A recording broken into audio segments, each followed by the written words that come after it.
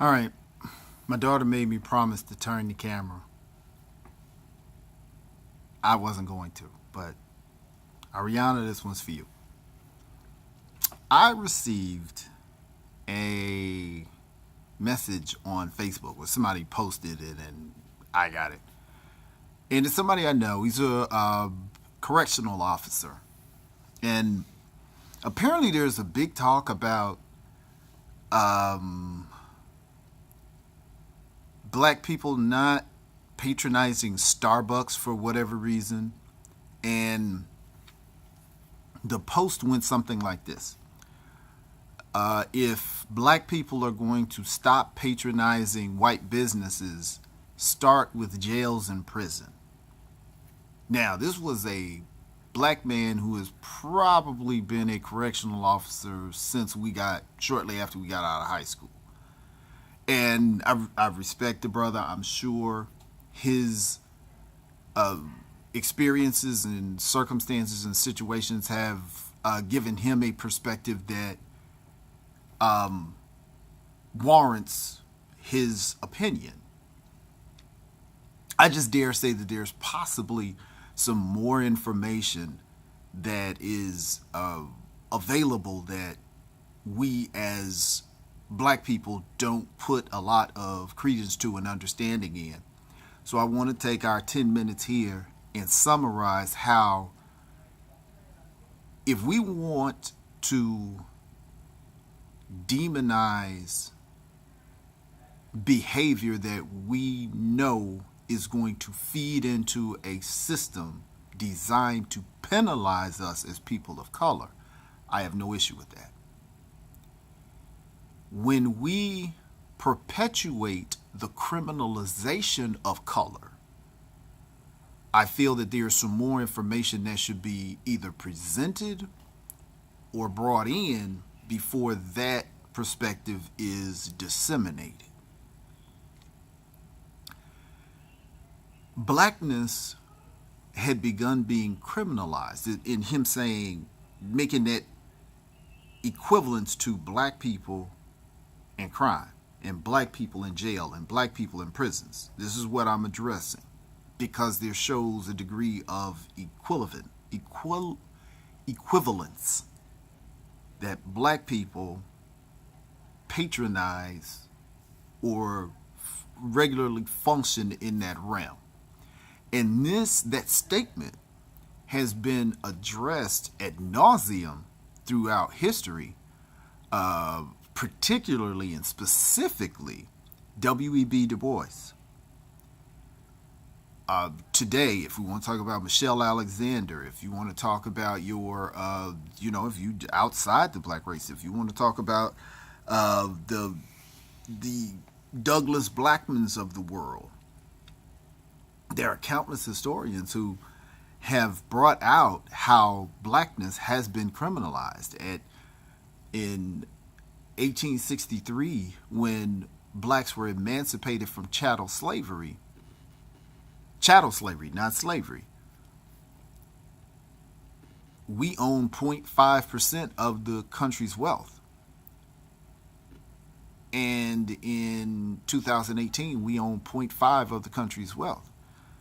The criminalization of blacks began with the black brute theory that permeated the South by slave owners that said if blacks were freed and left to their own devices, that they would be their natural uncivilized selves and rape women and cause crime, and it was only slavery that was keeping them in line.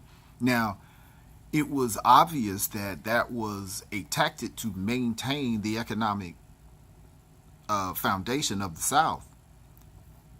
And that was where this entire birth of a nation, the whole black image, which would go back to the formation of the black image between 1840 and 1920 or 1910, the video that we did where the black image was formed and why and how, that's where we actually discussed that. Um, when there is a chain of systematic slavery, starting with the wording of the 13th Amendment, that supports the black community since 1619 coming to the United States, being brought here for cheap or free labor. And the 13th Amendment's exceptions clause, I believe we have a tape on that. A video on that, that states you can have slavery, you cannot have slavery, except in the case of the person being a criminal.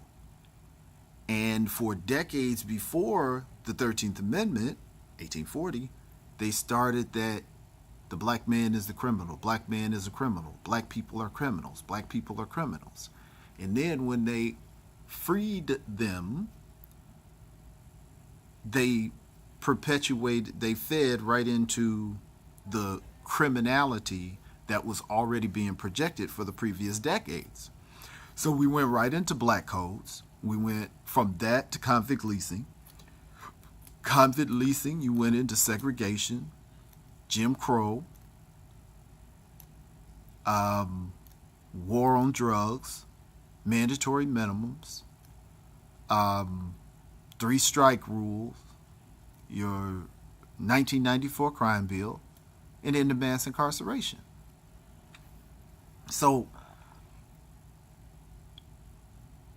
there is a systematic, unbroken chain of United States slavery that is the cause of the disproportionate incarceration of the people who were brought here for free labor. And if you look into the legislation by ALEC through the 80s and 90s, ALEC being the American Legislative